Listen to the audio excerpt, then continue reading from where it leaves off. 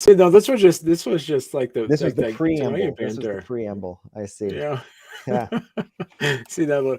So I Yeah. gotta what's a good Ben Hatke color here? Because I got um because I see if you notice our little name logos, it's green, but I can Oh, pick another one that's what's your brand? You have a brand? You must have a Ben color, don't you? Yeah. do I have a Ben color? Yeah. Is there a Ben color? Green works really well because it's got the Green? Robin Hood aspect. Red was Yeah. my favorite color growing up. Black I wear a lot. Yeah. Black works real well. Black works real well. That'll match How my about outfit. that? That sounds See? good. That's perfect. There we go. Perfect. Now Okay, we're there we in. go. Huh. I'm really curious. Are those your drawings behind you, or is that Yeah, this is let's see, right up here is the front spread to Julia's House for Lost Creatures, the sort of okay? opening spread with that's the original watercolor. Directly behind me is Julia opening the door to the Lost Creatures, the watercolor.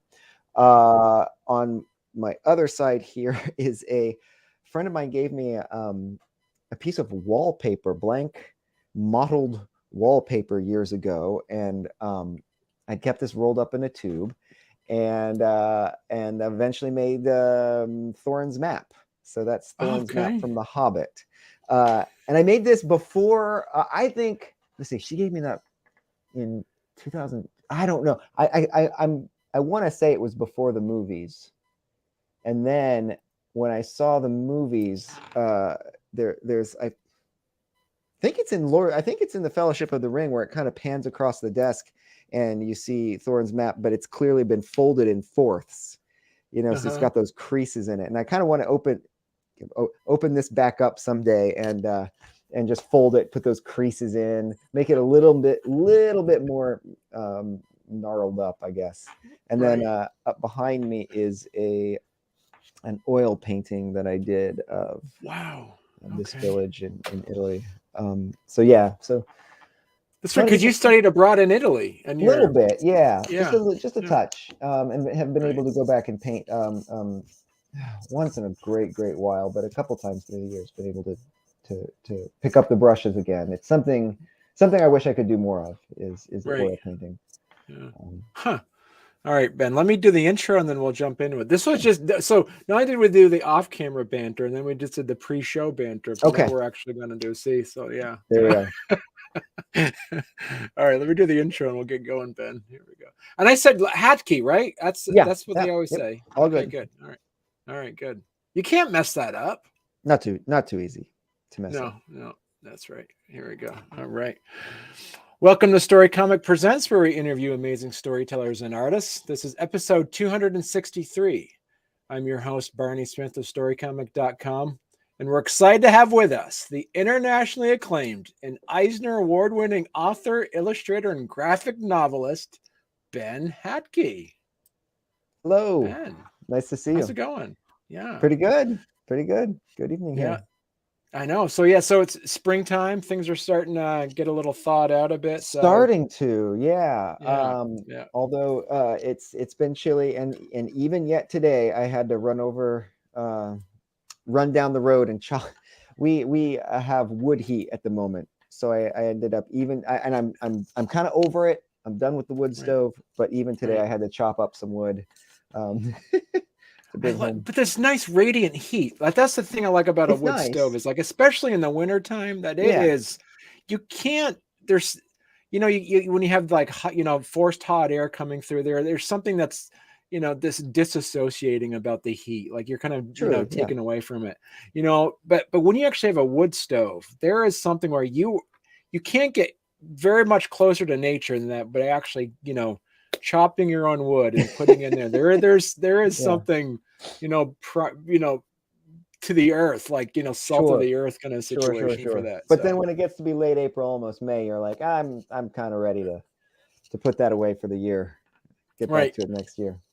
but that's the So, same with anybody with a thermostat too. It's oh like, yeah, I'm just not going to turn it on anymore. It's like yeah.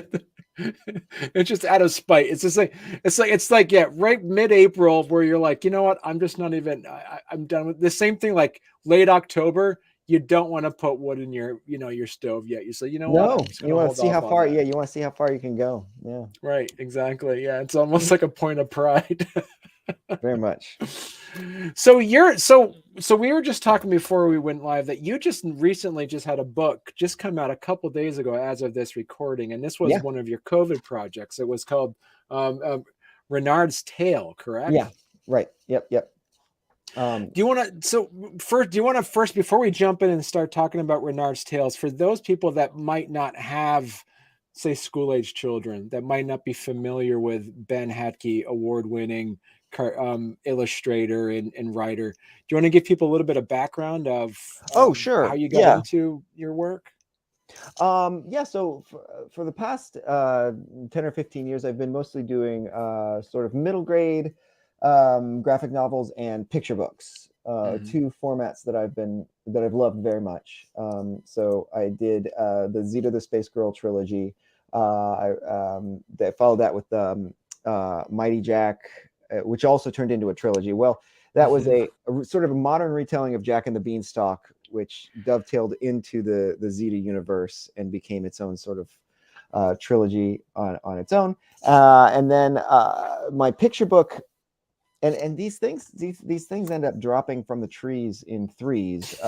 But Julia's House for Lost Creatures was my first picture book, and ended up with two sequels as well. Wow.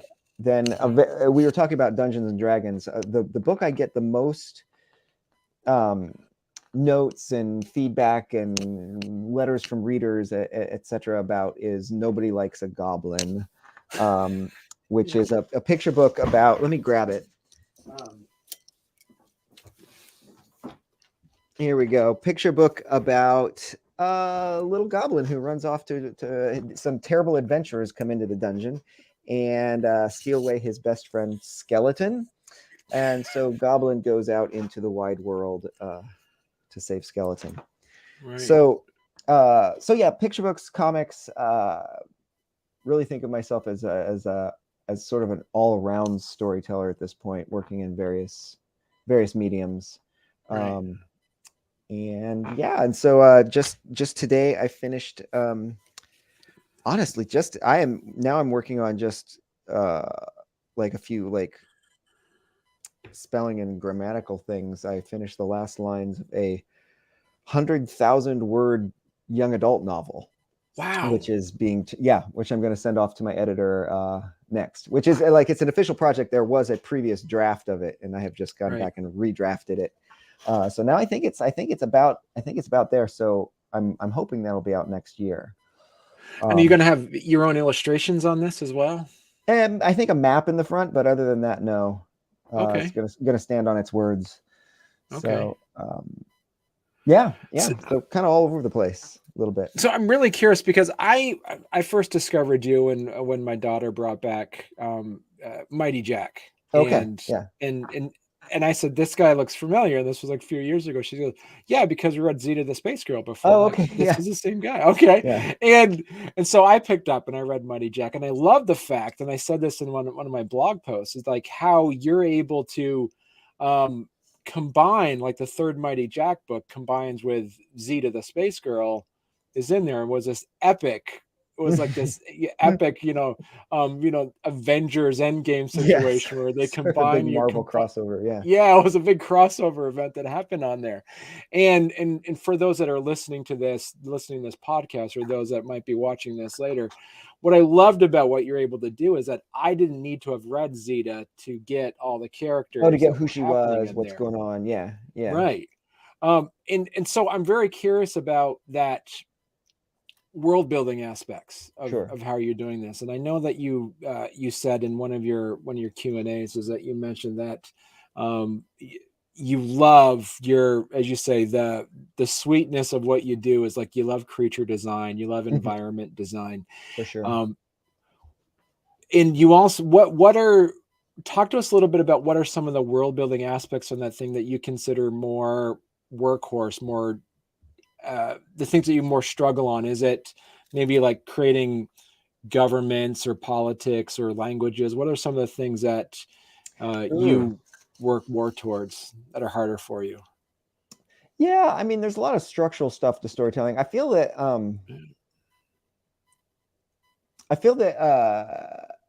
there was a lot of like, especially in the book that I was just talking about that I just finished. There, that is also has a strong fantasy element in it.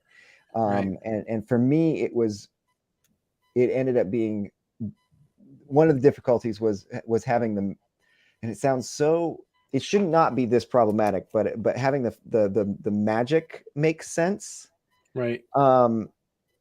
Sort of mechanically almost like and this story deals a little bit with like fairy hearts, and they're divisible, so you can get like a portion of a fairy heart, and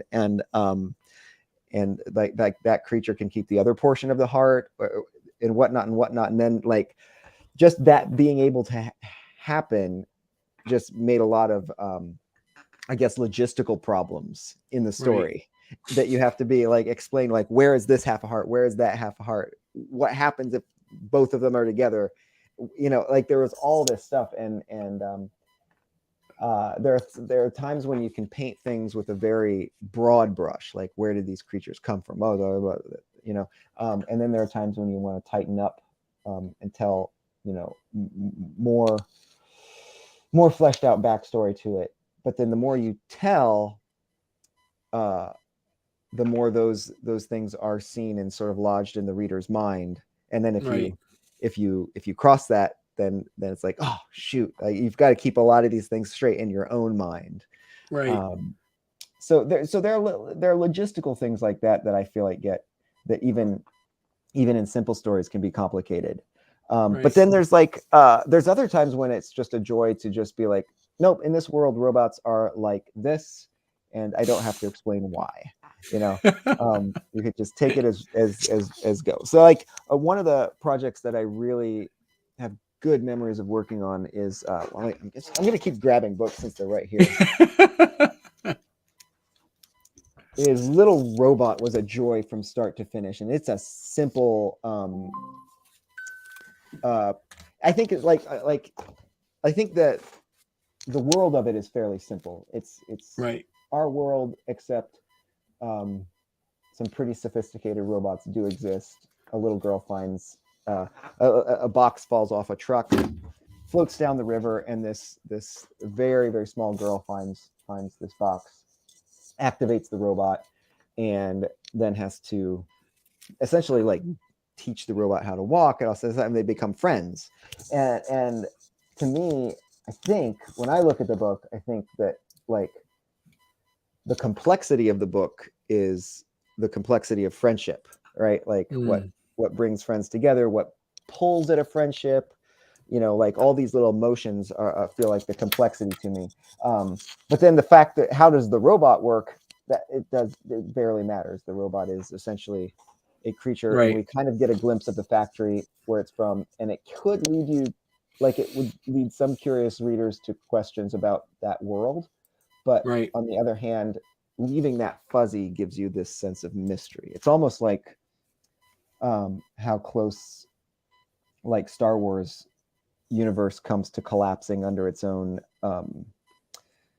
weight of how much it's told, right? Under its own complexity, I guess. Because so you're like anyway, go ahead. I was gonna. So, like you're talking about before with like the magic, and that is that in Renard's? Sure. Is that in the Renard's Tale? No, I was thinking more of the novel that I turned in just now. That one. Okay, that deals a lot with like no. Reynard is almost. Oh boy, Reynard is almost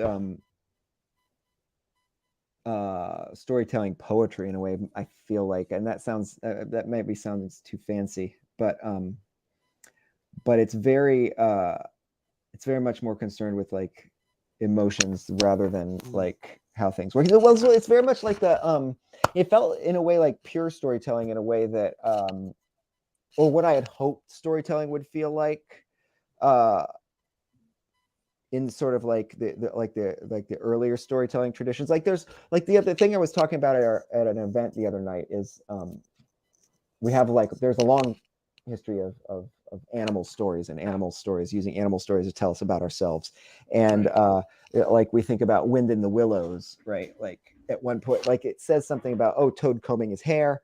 Oh, that's like, we don't really think about that. And then there's like the water rat lives in a hole by the river, but like Toad lives in this big house and gets a car and drives it around. And you're like, well, what parts are they animals and what parts are they people? And you're just like, that part of your brain isn't as uncomfortable shutting off. I think we're getting less comfortable shutting that part of our brain off than we used to be.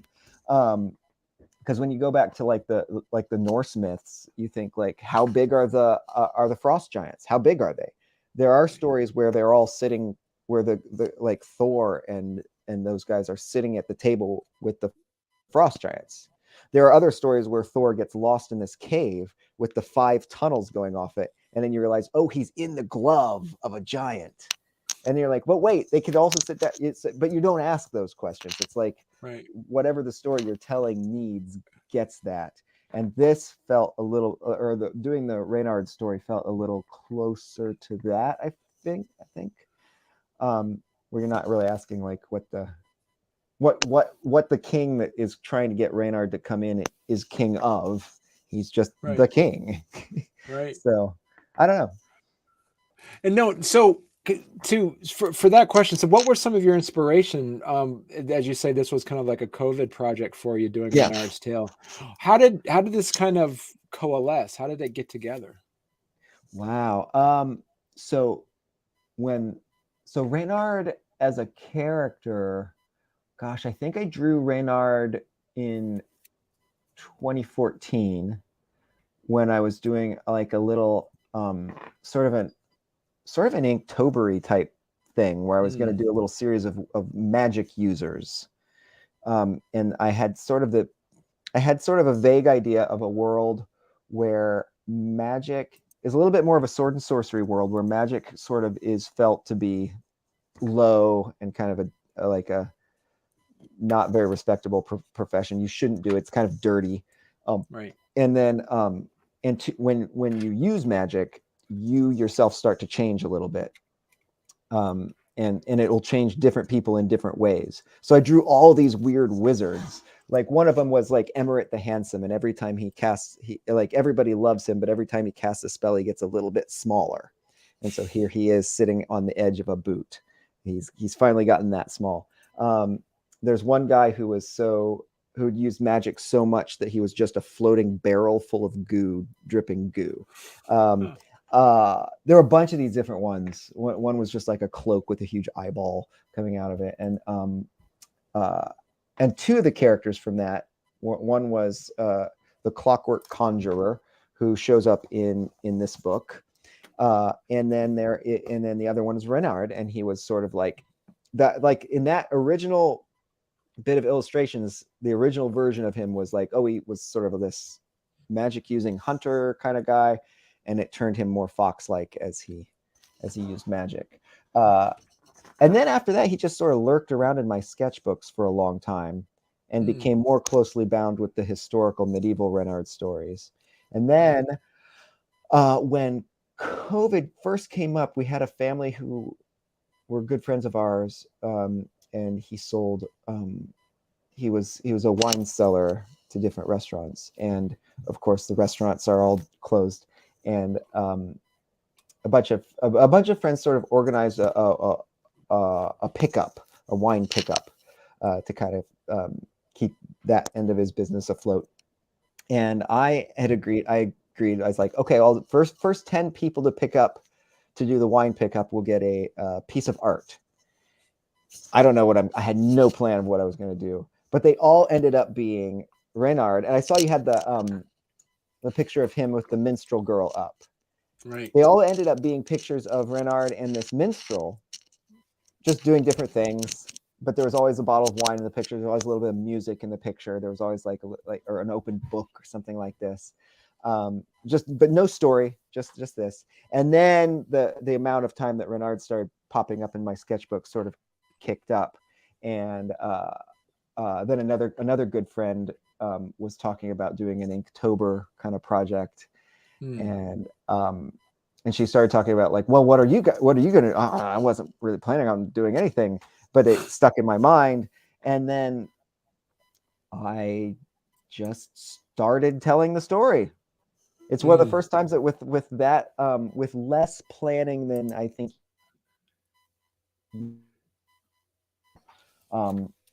I sort of jumped into a story, and it was a little bit more conversational, like me conversing with storytelling than it has been in the past with other books, and which was maybe another reason why I'm quite taken with this. So yeah, so that's sort of how that turned out. So this was almost like it was a passion project for you then, that you're able to get published. Oh, very much. Yeah, very much. I wasn't even thinking I was making a book at the time. So I was thinking I was just doing a project. But even though I wasn't thinking of making a book, it still, one of the inspirations was Edward Gorey's book, The Unstrung Harp, which is when you it's a very Edward Gorey book. It's odd and interesting and it very meandering, and it's just about a writer who's a bit of a recluse who's trying to write a book, but structurally it was similar. It was like it is The Unstrung Harp is like 32 pages, 32 illustrations and 32 blocks of text, which I just thought was just like, I just really like that format. Like, I mean, it's very simple, but it's like line art, illustration, bit of text, go. So I'd like to see more books like it. Even, not saying that I'm going to do them. I like the format. I would like to see a more slightly older audience book in that format. Trying to the idea of trying to make the books that you want to read. So. And now, so talk to us a little bit about your style, as you mentioned, because you not only are you a writer, you're also an illustrator. Do you see what part of that creativity hits you first? Do you draw a picture and then figure out a story behind it, or do you write something out and then see the image after you write it out? Yeah, I used to be like, well, I used to think like, oh, these two things are like equal, right? And now these days I do feel like I'm very primarily visually oriented. And I feel like I used to feel like either that was giving words short shrift or I don't know. But when I was reading about how C.S. Lewis was talking about the creation of the Narnia books and how it all spun out from an image in his head of a snowy landscape with a lamppost in it and a fawn. And that image just kind of, and a fawn specifically with a package, and that is still, I think that continues to be like the most striking image in probably all the Narnia books, is Mr. Tumnus walking with his umbrella and his parcels under in the snow under the lamppost. And you can see how that image just sort of like stuck with him and spun out into a book. And I feel like for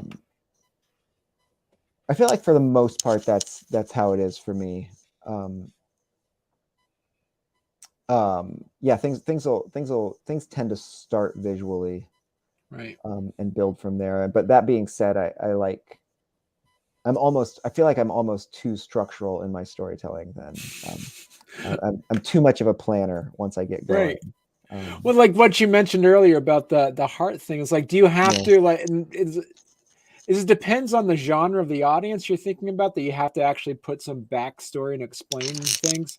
Because you mentioned about the robot stories, like, you know what, I don't need to explain this. But with like the older the audience, you feel like you have to do more substantial world building with that. Yeah, I don't know. I think it depends on the needs of the story also.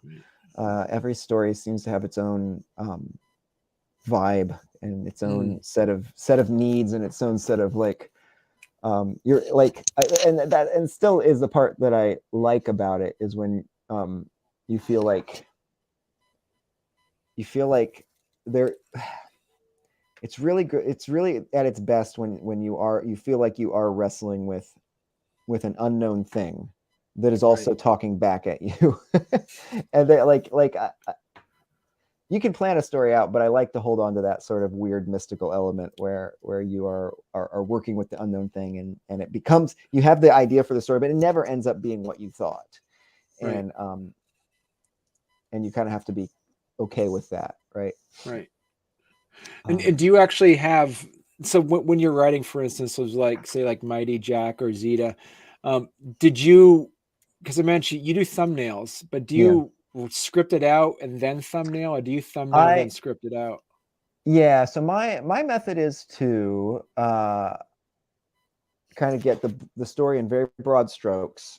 Okay. And that'll happen in both a sketchbook and in a notebook. Right. Just kind of like this happens, right? Oh, and at the middle point, then they find out it's this. Right. And then at the same time, I'm kind of drawing characters over and over again, drawing land, like for Mighty Jack, it would be the garden, just kind of living in the sketchbook, kind of keeping it really loose. And then I like really, I do plot it out rather. It's not a script, so I don't really do like my outline would be I'll outline the whole thing as if I'm telling you about a movie that I saw in detail, like everything that happened in the movie. Like, and then they did this, and it was this, but they thought it was going to be this, but it turned out to be that. And I'll just write that all out. And then I go to thumbnails, and that's when the sort of the dialogue comes in and goes. And that feels very much like shooting a movie, right? That feels like you're going, because you're all in the thumbnails, then you're locking in camera angles. Oh, right now we're seeing them from above, and she's saying this and he's saying this, and I maybe know what the argument is, but the dialogue will come in there. And then yeah, and those are really scribbly. Thumbnails are really loose. Okay. And then when you do that, so do you all right from the get-go, do you just do pencil on paper, or do you go straight to digital with anything? Oh, so thumbnails are true.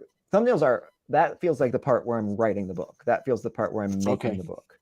And that those are on like printer paper, like, and it feels so messy and nice. Like I maybe have a pen in my hand, maybe I have a pencil in my hand. I don't know. It's very grungy, and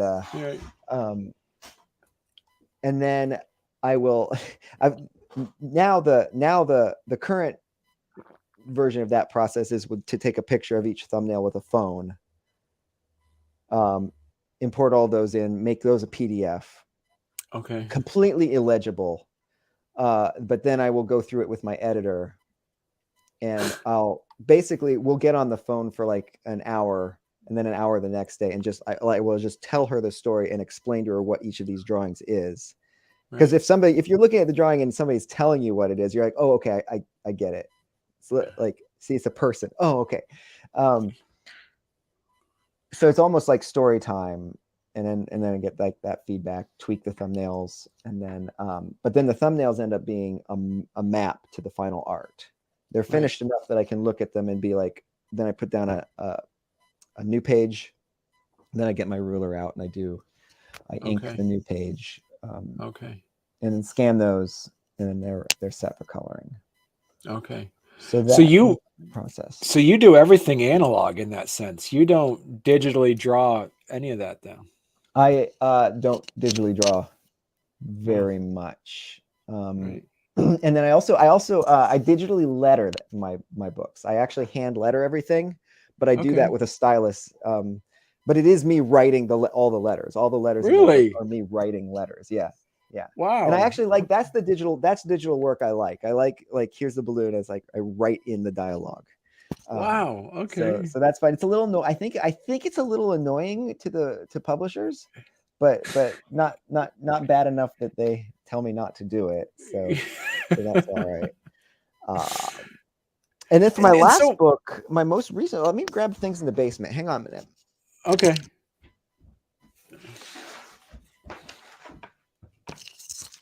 Because that one I switched things up a little bit. this book here is things in the. I don't know if we can see this very. These are loose proofs, but there is. Okay. There's the cover to Things in the Basement, and then the back cover is Rodin's Gates of Hell. Oh, right. And then this is the inside. This would be underneath the dust jacket. Here's Milo crossing the cave in an underground lake. So Nice. so this book was done in first book I did in like really soft dark pencil. So really instead of properly inking this book, it's all pencil tones. It's all rough like ebony pencil to give it, because it's an underground journey. It's like sort of an underworld story, so it gives it that the darks and lights. and then my friend Zach Giolongo colored the book, and he just sort of like, so he took my blacks and whites and he did the color work and just brought it to life. It was very exciting. That part was very exciting to me. Seeing what he did with the colors. So one of my questions that I wrote after reading, your Mighty Jack the third installment, and I said, listen, if I get Ben on the show, I have to ask him this question. Is there a shared like Hatke universe? Like, do all of your stories interconnect? Like, is it conceivably speaking? I mean, is there like Julia's House of Lost Creatures? Is that in the same world as Zeta and Jack? Is the goblin, is that part of the goblins that probably are spread out because you've created these different dimensions in a way that you've already established? Is this one whole shared universe? Okay, so then the super nerdy answer is I do think about that. I'm almost embarrassed that yes, I do think about this. But my answer to that would be that the graphic novels all exist together in one sort of shared universe. So that's the Mighty Jack books, the Zeta books, and Little Robot all do exist. And the girl from Little Robot is briefly seen in Mighty Jack. She's at the flea market walking along, and so she exists in that world. And then the picture books, the Julia's House books, and Nobody Likes a Goblin, they also exist. They exist in their own world. And the troll, and their world is a little bit more flowy, because I feel like Goblin's story and Julia's story are very set apart in time, but it's the picture book world feels a little bit more like the Muppets, where there's all these characters and they're just telling stories with like oh, in the Great Muppet Caper they're reporters. Now the other ones, they're just Muppets. And now it's Muppet Christmas Carol, but it's still Gonzo. It feels a little bit more like that. So like the troll in Nobody Likes a Goblin is definitely the same troll in Julia's house. Like, there he is. He's exactly the same. So it's like a different character but the same actor almost. Like it's like the sort of, like the Muppet. Yeah. That's how it feels. That's how it feels. Yeah. And I don't know what it'll feel like if I do other picture books in that vein. And then then with the most recent graphic novel, like the Milo story, that one feels like it's in yet another sort of non crossing over world. So we'll see. And I'm also really curious, because before we went live on the air, we were talking about role-playing games beforehand.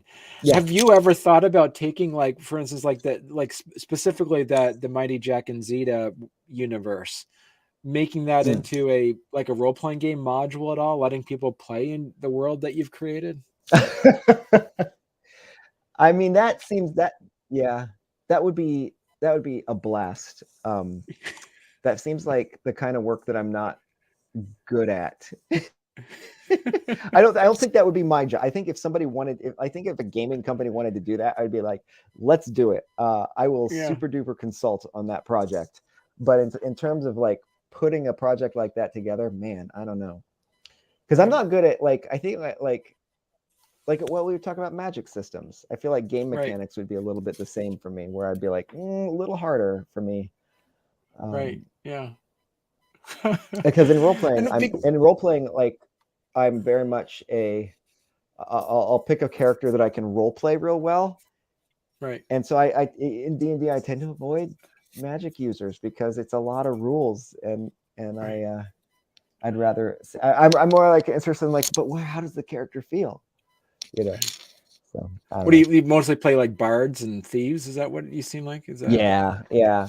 I go to that, or even like just like a basic rogue, but has an interesting story, Right. stuff like Yeah. that. Even more recently, I've just been doing like fighters. I Hmm. had a monk character for the longest time, Brother Hambone, and he was great. Um, that was a fun one, and I only had to keep track of like a certain number of feats and things, so it was a Right. little easier. Right. I mean, because you mentioned in a previous interview that one of your major inspirations, and you said it earlier, is Jim Henson in a way, and For that's how you sure. Yeah. love the creature design and the environment design of just really just letting your imagination go wild.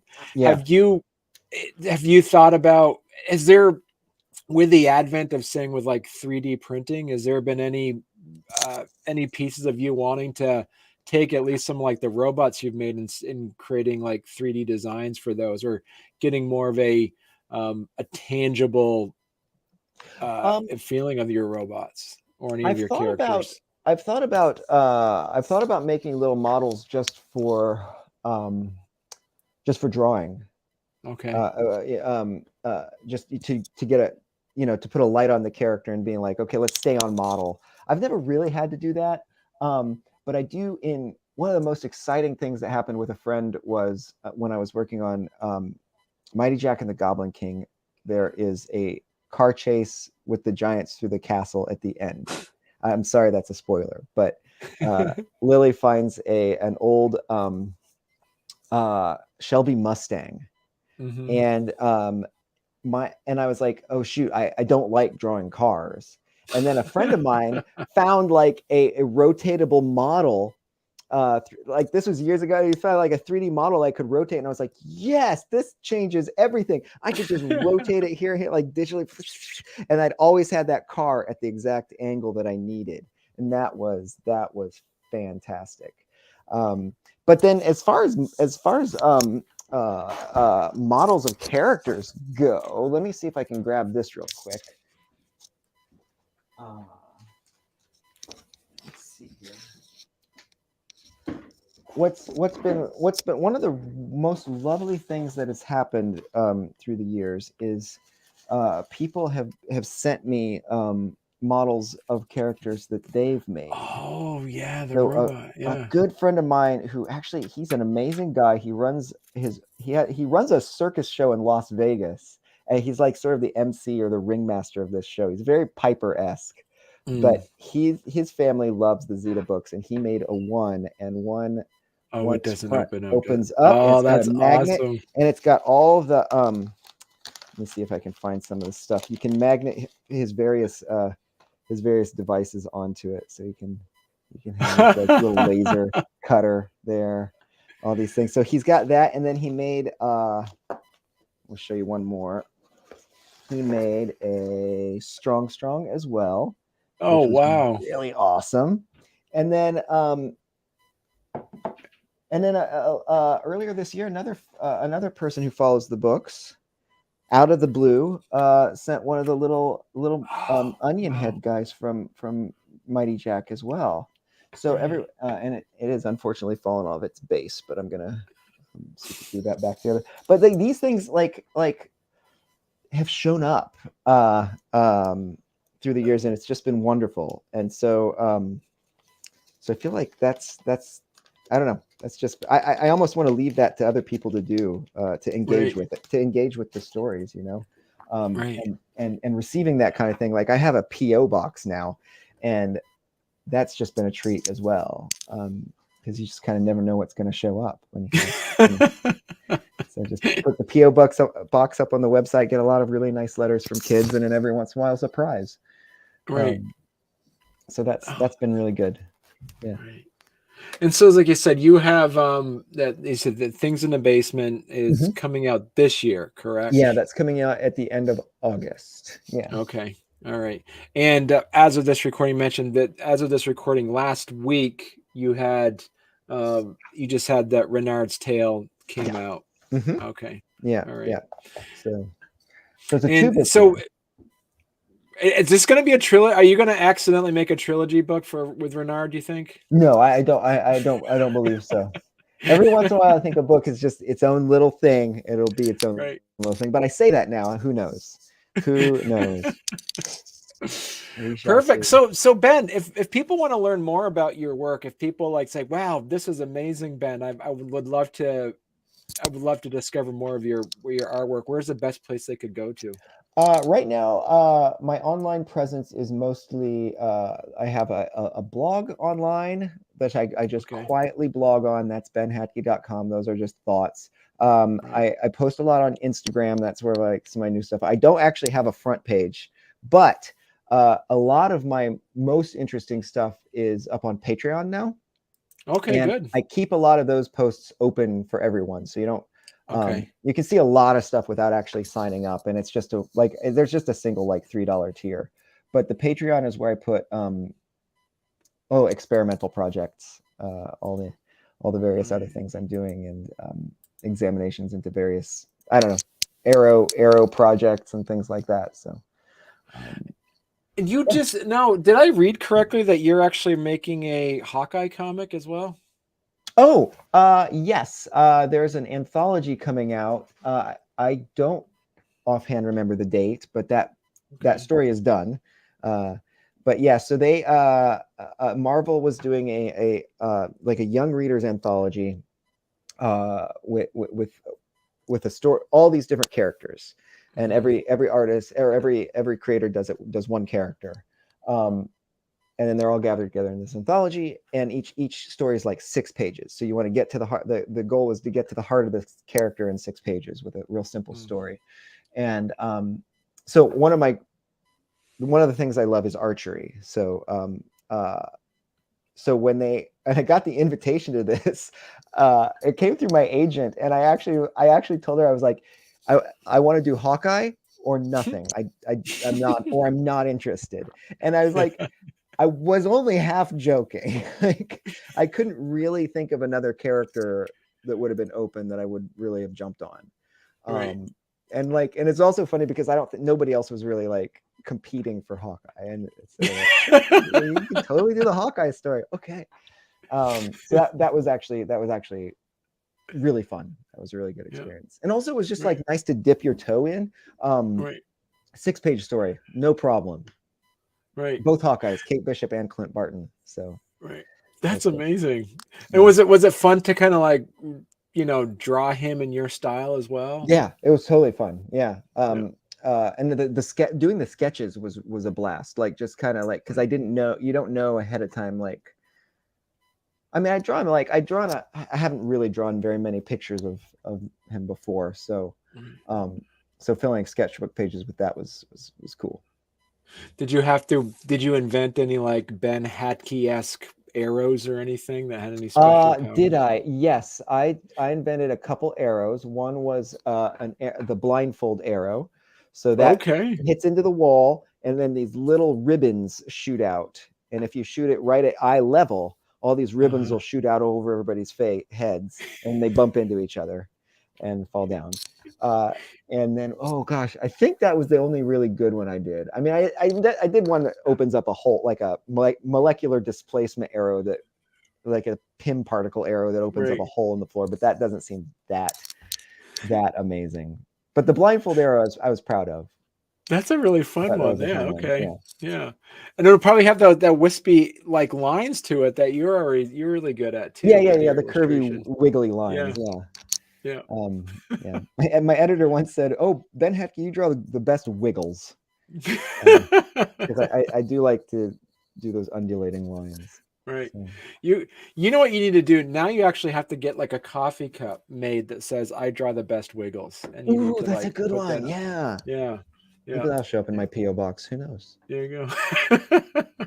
Well, perfect. Well, thank you so much, Ben. This has been a genuine pleasure chatting with you. And you're welcome anytime. Anytime you have a new book coming out, come on over. It's been great chatting with you. Let me know. Yeah, that'd be great. All right. Just gonna hit